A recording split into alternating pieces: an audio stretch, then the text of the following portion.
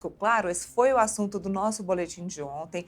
Mostramos para vocês aqui ao vivo toda a repercussão, inclusive direto lá do Vaticano ontem, quando começaram as celebrações e as honrarias por conta da morte, também em homenagem ao Papa Francisco. Hoje a gente vai conversar com a irmã Maria da Graça Salles Henriques, que é teóloga, que já trabalhou também na Cúria, que já esteve ali presente e sabendo também da vida do Papa, não só do Papa Francisco, mas um trabalho aí de todo o papado e de todo o Vaticano. Irmã, muito boa tarde, obrigada pela participação aqui no Boletim Metrópolis. Muito boa tarde.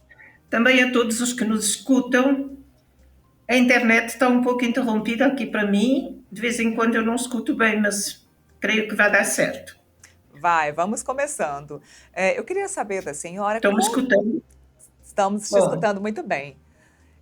Como é o trabalho da senhora? Qual é a relação com o Papa Francisco? E o que a senhora viu de diferença do papado de Francisco dos demais papas no Vaticano?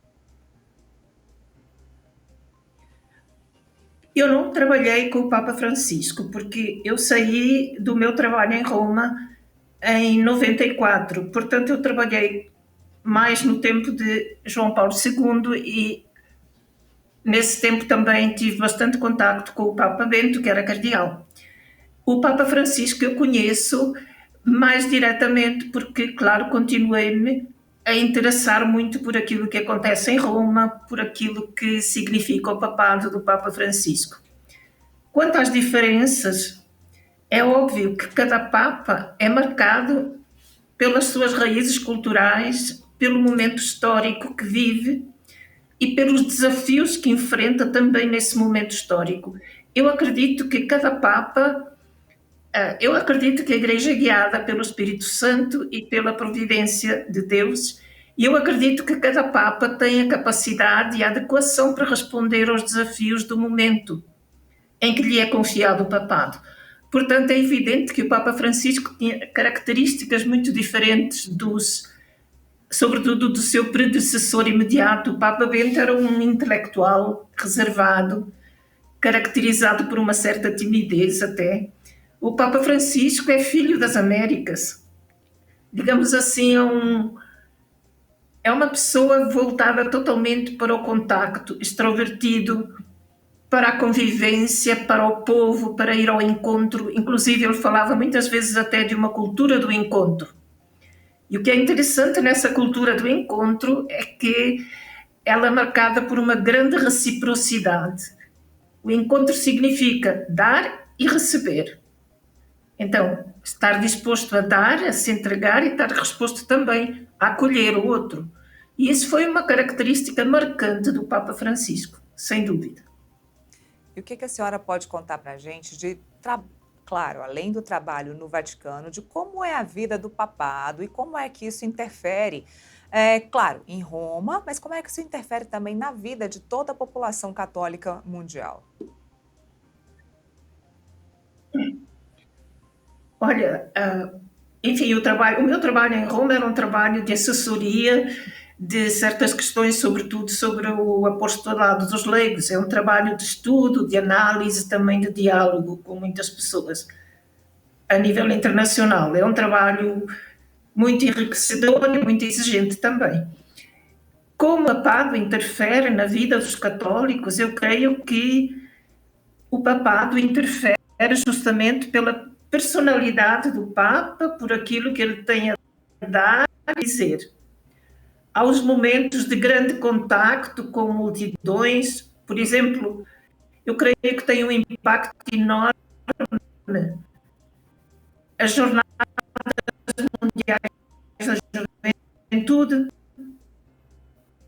Perdemos o contato com a irmã? Produção, me atualiza, por Eu favor. creio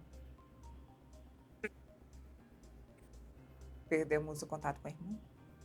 Bom, enquanto a gente tenta restabelecer o contato com a irmã, a gente estava vendo aí imagens do corpo do Papa Francisco que já foram divulgadas pelo Vaticano. A partir de agora começam as cerimônias, claro, desse funeral do Papa Francisco, que, como eu contei para vocês, a pedido do próprio Francisco, não vai acontecer na Basílica de São Pedro, tradicional por ser o local onde acontecem os funerais dos outros papas. Isso que era uma tradição secular. Agora a gente vai ter um funeral na Basílica de Santa Maria Maggiore, isso também por uma determinação, uma escolha do Papa Francisco. Voltamos com a irmã. Oi, irmã, conseguimos retomar o contrato com a senhora.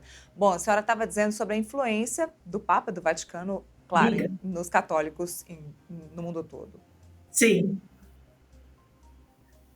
Pode Sim, estava continuar. falando nos grandes encontros com grandes multidões, mas também naquilo que cada pessoa pessoalmente vai cedendo, naturalmente, na medida em que se interessa, não é?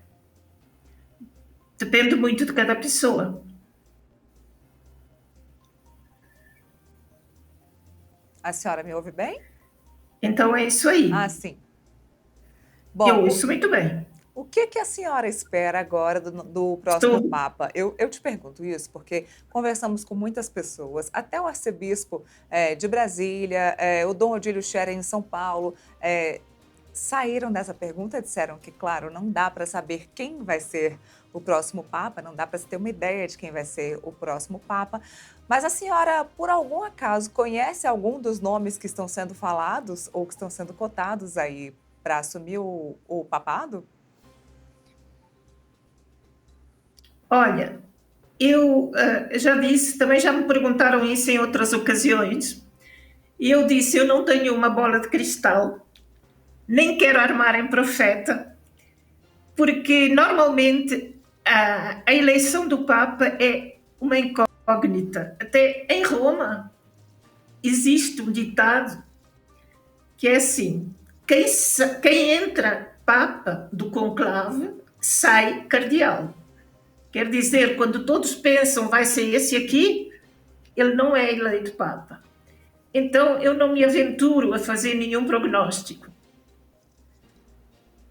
Eu acho que nós acreditamos que isso é obra do Espírito Santo, que vai conduzir os cardeais, e também a sabedoria e a experiência que eles têm vão contribuir para a escolha. Bom, nós temos 108 cardeais que foram indicados pelo Papa Francisco, que vão participar do conclave. Sim. A senhora acredita, não falando de nomes, mas agora em perfil, a senhora acredita que a igreja, ela precisa continuar esse legado do Papa Francisco, um legado um pouco mais progressista, de alcance mais próximo das pessoas, ou é um momento de ter alguém mais introspectivo ou alguém que seja um pouco mais conservador? Olha, isso também é uma pergunta difícil de responder, porque, para mim, por enquanto, eu creio que o legado do Papa Francisco é uma coisa de tal maneira abrangente e diferenciada, que vai ter que ser avaliada com muito cuidado e com muita prudência. E também existe algo que se conhece na história. Há uma lei da alternância também, porque cada um vai trazer a sua personalidade. Eu não posso nem dizer se. Depois, o que é ser progressista? Também são termos bastante ambíguos, não é? Se progressista significa ter a capacidade de responder aos desafios do tempo, eu penso que cada Papa deveria ter isso. Se significa tentar, digamos assim, mudar a doutrina, acho que não. E, aliás, o Papa Francisco não mudou a doutrina, ele simplesmente deu formas mais simples, teve uma maneira diferente de abordar certas questões com mais simplicidade, mais imediatez. E isso eu creio que sim, que é um legado que vai permanecer na Igreja. Bom, então, o que a gente estava conversando aqui ontem é a expectativa de toda uma igreja, né? De que esse Papa que entra agora consiga alcançar os fiéis e também as mudanças do tempo que são alcançadas pela igreja, né? A Sim. gente não pode dizer que a igreja está imune às mudanças do mundo moderno. Não pode, quer dizer, não pode, sobretudo, ela deve interromper o diálogo. Então, diálogo vai ser a palavra para um próximo papado, certamente, num momento em que o mundo está precisando de mais diálogo. Isso vai ser importantíssimo, tal como o Papa Francisco, diálogo no sentido da paz. Vai ser, eu creio, um grande desafio para o próximo pontífice, a questão da paz do mundo, como já vem sendo dos outros papas anteriores também, aliás, uma grande preocupação do Papa Francisco. E então eu creio que o Papa próximo vai ter também essa grande preocupação com a paz.